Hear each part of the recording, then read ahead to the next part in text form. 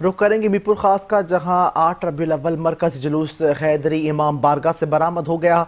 जुलूस मखसूस रास्तों से होता हुआ बाद नमाज मगरिब ख़िताम पजीर होगा। मीरपुर खास में चुप ताज़िये के मरकज जुलूस में बड़ी तादाद में अज़ादार शरीक हुए। चुप ताज़िये जुलूस में पुलिस और रेंजर्स की जानिब से सख्त सिक्योरिटी के इंतजाम भी किए गए हैं, जबकि बम डिस्पोजल अमला भी जुलूस के साथ मौजूद है। जुलूस अपने मुकर्रर करदा रास्तों से होता हुआ बाद नमाज मगरिब हैदरी इमाम बारगाह पर ख़िताम पजीर होगा।